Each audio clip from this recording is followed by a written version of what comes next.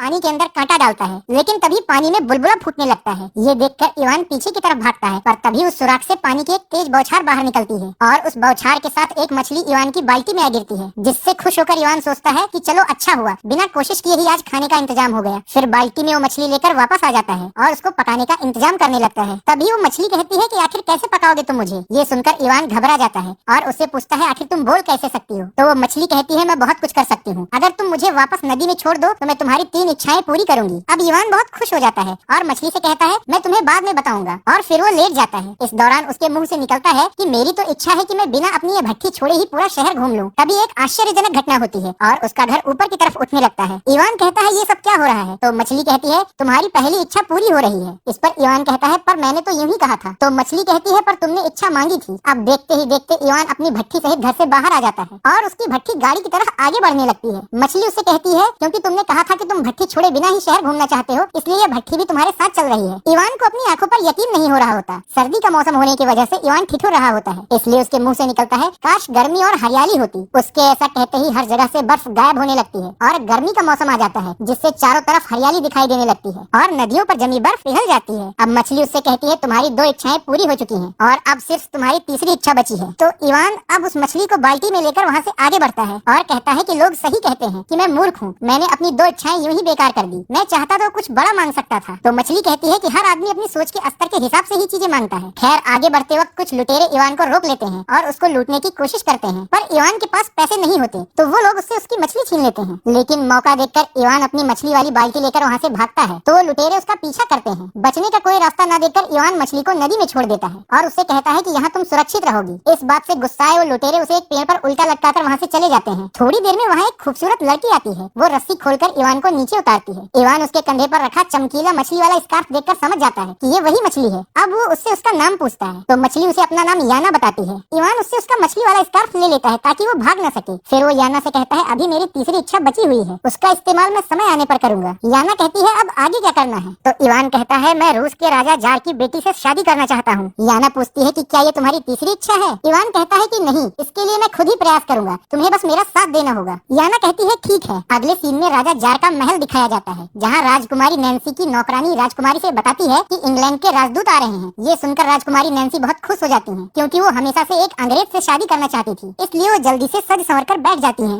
लेकिन राजा जार अंग्रेजों को बिल्कुल भी पसंद नहीं करता था, इसलिए वो बिल्कुल भी नहीं चाहते थे कि उनकी बेटी किसी अंग्रेज से शादी करे। थोड़ी देर में इंग्लैंड का राजदूत वहाँ आता है। वो राजा को खुश करके उनसे उनकी बेटी का हाथ मांगने के इरादे से आया हुआ होता है, इसलिए वो राजकुमारी नैन्सी को एक छाता देता है, जिसे देखकर नैन्सी बहुत खुश हो जाती है। पर राजा जार को ये सब बिल्कुल भी अच्छा नहीं लगता, इसलिए वो राजदूत से कहते हैं कि अंग्रेज हर जगह सिर्फ लूटने के इरादे से आते हैं। इस पर राजदूत कहता है नहीं महाराज, मैं आपके लिए भी एक ऐसा उपहार लाया हूँ जिसे देखकर आपकी अंग्रेजों के प्रति सोच बदल जाएगी। अब तक इवान और याना भी जार के राज्य में पहुँच जाते हैं। इधर वो अंग्रेज राजा को एक मशीन दिखाते हुए कहता है कि ये मशीन अपने आप ही संगीत बजाती है। दरअसल राजदूत ने मशीन के अंदर अपना एक आदमी छुपा रखा होता है, जो मशीन का बटन दबाने पर संगीत बजाता था, पर वहाँ किसी को राजदूत की चालाकी नहीं पता होती। जब राजदूत मशीन से संगीत बजाकर राजा को दिखा रहा होता है तो इवान याना के साथ महल की चारदीवारी से ये सब देख रहा होता है। इधर राजा उस मशीन से प्रभावित नहीं होता और राजदूत से कहता है हमें ऐसी किसी भी मशीन की जरूरत नहीं, पर नैन्सी अंग्रेज राजदूत पर फिदा होती है और वो उसी से शादी करना चाहती है। इस दौरान राजदूत नैन्सी का हाथ चूमने लगता है। राजा को समझ में नहीं आ रहा होता कि आखिर वो अपनी बेटी को कैसे समझाए, लेकिन तभी इवान वहाँ भागता हुआ आता है और राजा से कहता है कि आपको राजकुमारी की शादी किसी अंग्रेज से करने की जरूरत नहीं, मैं आपके लिए कोई ऐसा यंत्र लाऊंगा जो अपने आप ही संगीत बजा सके। ये सुनकर राजा बहुत खुश हो जाता है, क्योंकि वो कोई वजह चाह रहा होता है जिससे वो राजकुमारी को अंग्रेज से शादी करने से मना कर सके। इसलिए राजा इवान से कहता है कि ठीक है, अगर तुम ऐसा कोई संगीत यंत्र ले आते हो तो तुम जो चाहो मांग सकते हो। इवान कहता है क्या तब आप मेरी राजकुमारी से शादी करा सकते हैं। तो राजा कहता है हाँ। राजा की बात सुनकर राजकुमारी चिढ़ जाती है, क्योंकि वो हर हाल में उस अंग्रेज से ही शादी करना चाह रही होती है